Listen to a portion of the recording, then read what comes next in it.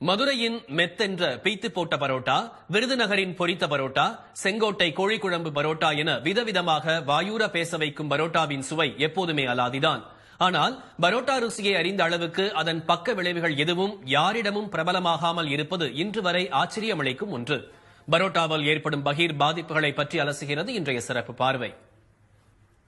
பைக்கின் முன்பக்கம் தொங்கும் plastic by, அதில் சூடு பறக்க பார்சலாகி பயணம் செய்யும் பரோட்டா குருமா, வீட்டுக்கு வந்தவுடன் பிள்ளைகள் ஆசையுடன் வேகமாய் ஓடி வந்து வாங்குவதும், குடும்பத்தோடு ரசித்து ருசித்து சாப்பிடுவதும் என பரோட்டா பல குடும்பங்களின் அங்கமாகவே இன்று மாறியுள்ளது. உழைப்பவர்கள் பெரிதும் விரும்புவதும் பரோட்டாவைத்தான். ஏன் இந்த மாற்றம்? தோசையோ அது இது இந்த மாதிரிலாம் சாப்பிட்டா வேலையாகாது. ஏன்னா ஒரு தோசைங்கும் போது நாங்கெல்லாம் சாப்பிட்டா ஒரு 10 தோசை சாப்பிடணும். அப்ப 120 ரூபா ஆகி போயிடும். அப்படி இருக்கும் போது இந்த பரோட்டாங்கும் போது ஒரு 3 பரோட்டா 4 பரோட்டா சாப்பிட்டோம்னா 12 ரூபா தான் பரோட்டா.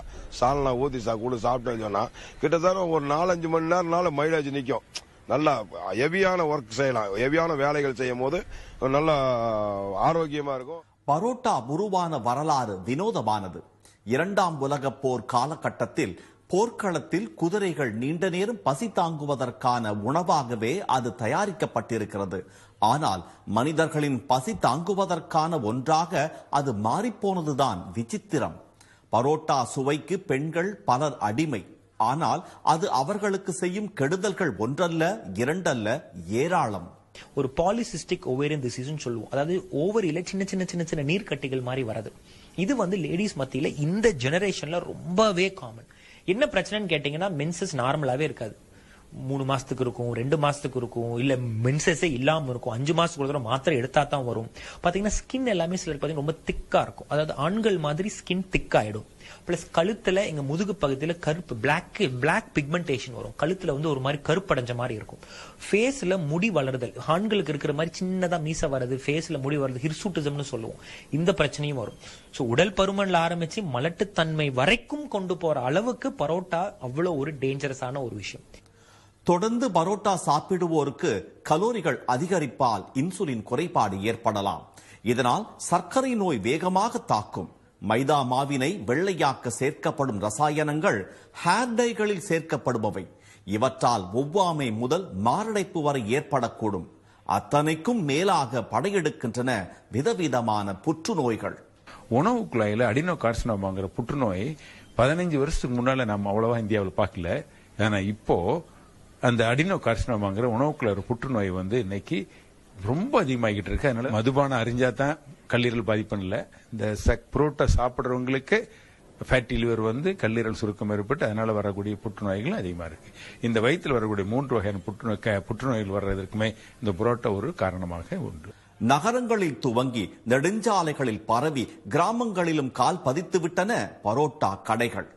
இட்லி தோசையின் இடத்தை பிடித்துவிட்ட பரோட்டாவின் சுவைக்கு முன் அதன் பக்க விளைவுகள் எந்த பயமுறுத்தலையும் ஏற்படுத்த முடியவில்லை என்பதே நிஜம். ஆனால் மண் சார்ந்த உணவை மறந்து அந்நிய உணவுக்கு ஏன் அடிமையாக வேண்டும் என்பது சமூக ஆர்வலர்களின் கேள்வி. அது எதிலிருந்து எடுக்கிறோம்னா, வீட் என்கிற, அது ஆங்கிலத்தில் வீட் என்று சொல்லுகிறோம். வீட் என்று சொன்னால் அதுல ஹீட் என்கிற ஒரு பாதி பொருள் அடங்கி இருக்கிறது அதுல. அப்ப யாருக்கு அது தேவை? எவனுக்கு ஹீட் தேவையோ அவனுக்கு அது தேவை. இப்ப நார்த் இந்தியாவில் எடுத்துக்கிட்டீங்கன்னு சொன்னா அவன் கிளைமேட் நல்ல கூலா இருக்கு. அப்ப அவனுக்கு ஒரு ஹீட்ங்கிறது தேவை. அது கோதுமையிலே இருக்கக்கூடிய ஒரு பொருள். இங்க நாம சாப்பிடுறது ரைஸ், அதுல ஐஸ் என்று ஒரு பதம் வருகிறது அல்லவா? அப்ப ஐஸ் சொன்னா அதுல ஏற்கனவே கூல் இருக்கு. நமக்கு கூல் தேவை. நாம எல்லாம் விவசாயம், காடு கழனிகளில் வேலை செய்து நம்முடைய வெப்பமான பகுதியில் இருக்கிறதுனால நமக்கு ரைஸ் தான் உகந்தது.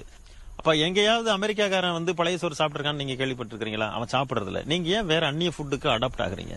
இதை ஒரு லிமிட்ல வச்சுக்கங்க. கம்பையும் திணையையும் கேழ்வரகையும் அரிசியையும் ஒதுக்கிவிட்டு பரோட்டா, பிட்சா, பர்கர் என பெருமையோடு சாப்பிடும் பலர் தங்கள் ஆரோக்கியத்தை நழுவ விட்டுக் கொண்டிருப்பதை உணர்வதில்லை. ஆனால் பொரியும் நேரத்தில் வலி மட்டுமே மிஞ்சும். நாக்குக்காக சாப்பிடுவதை விட உடலுக்காக சாப்பிடுவதுதான் எப்போதும் நல்லது. நாக்குக்கு அடிமையாகும் போதுதானே முளைக்கின்றன எல்லா பிரச்சனைகளும். சன் செய்திகளுக்காக சந்தோஷ் வேலாயுதம்.